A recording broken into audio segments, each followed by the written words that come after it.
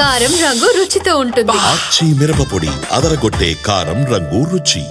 మేడిగడ్డ నుంచి ఎందుకు గోదావరి నీటిని ఎత్తడం లేదని ప్రభుత్వాన్ని ప్రశ్నించారు మాజీ మంత్రి హరీష్ రావు. బీఆర్ఎస్ పై బురద జల్లేందుకు రైతులపై కక్ష తీర్చుకుంటున్నారని విమర్శించారు.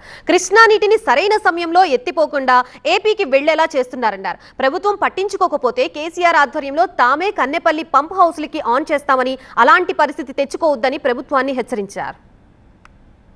కాళేశ్వరం ప్రాజెక్టును ఇవాళ కాంగ్రెస్ పార్టీ కేసీఆర్ మీద కక్షతోనో కడుపు మంటతోనో ఇవాళ కాదనుకుంటా ఉంది. దురదృష్టవశాత్తు నీళ్లపై పట్టింపు లేని, నీళ్ల విలువ తెలియని నాయకులు నేడు పాలకులుగా ఉండడం వల్ల ఇవాళ తెలంగాణకు ఇబ్బందులు వస్తూ ఉన్నాయి. కన్నెపల్లి పంప్ హౌజు ఆన్ చేస్తే రోజుకు 2 టీఎంసీల నీళ్లను తెచ్చుకునేటువంటి అవకాశం ఉంది. దాదాపు 141 టీఎంసీల సామర్థ్యం కలిగిన రిజర్వాయర్లను కేసీఆర్ గారు బీఆర్ఎస్ ప్రభుత్వం నిర్మించి రెడీగా పెట్టింది.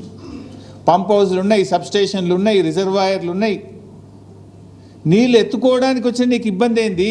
కిషన్ రెడ్డి, రేవంత్ రెడ్డి, కాంగ్రెస్ బీజేపీల మధ్య ఢిల్లీలోనేమో కొట్లాడతారు, గల్లీలోనేమో అలాయి బలాయి చేసుకుంటారు. వీళ్ళు ఈ రాష్ట్రంలో ఇద్దరు కలిసిపోయింది.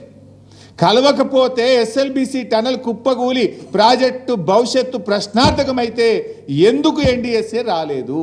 కాళేశ్వరంను మీరు తక్కువ చేసి చూపిస్తానో, కాళేశ్వరంను పక్కకు పెట్టి మీరు రైతులకు అన్యాయం చేస్తే రేపు కాంగ్రెస్ కథ కంచికి చేరక తప్పదు అని చెప్పి మేము హెచ్చరిస్తూ ఉన్నాం. వచ్చిన నీళ్లను వాడుకొని తెలివి తక్కువ దద్దమ్మ ప్రభుత్వం కాదా ఈ ప్రభుత్వం? ఈ రకంగా ఇట్లా చేస్తూ ఉన్నారు. అంటే కృష్ణ నీళ్లను ఆంధ్రాకు వదిలిపెట్టడమే ఈ ప్రభుత్వం యొక్క లక్ష్యం లెక్క కనబడతా ఉంది నాకు. నాకైతే వేరే రీజనే కనబడతలేదు. ఒకటి గేట్ ఎత్తితే నీళ్లు వారేది ఉండగా గేట్ ఎత్తవు, కట్టుకొత్తుతే నీళ్లు నిండేది ఉండగా కట్టుకొత్తవు. What is your problem?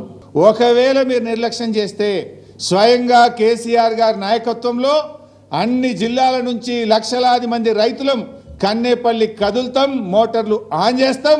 ఆ పరిస్థితి అంత తీవ్ర స్థితికి చేరకముందే కళ్ళు తెరవండి, మోటార్లు ప్రారంభించండి, రైతాంగానికి నీళ్ళు ఇవ్వండి అని ఈ ప్రభుత్వాన్ని హెచ్చరిస్తున్నాం.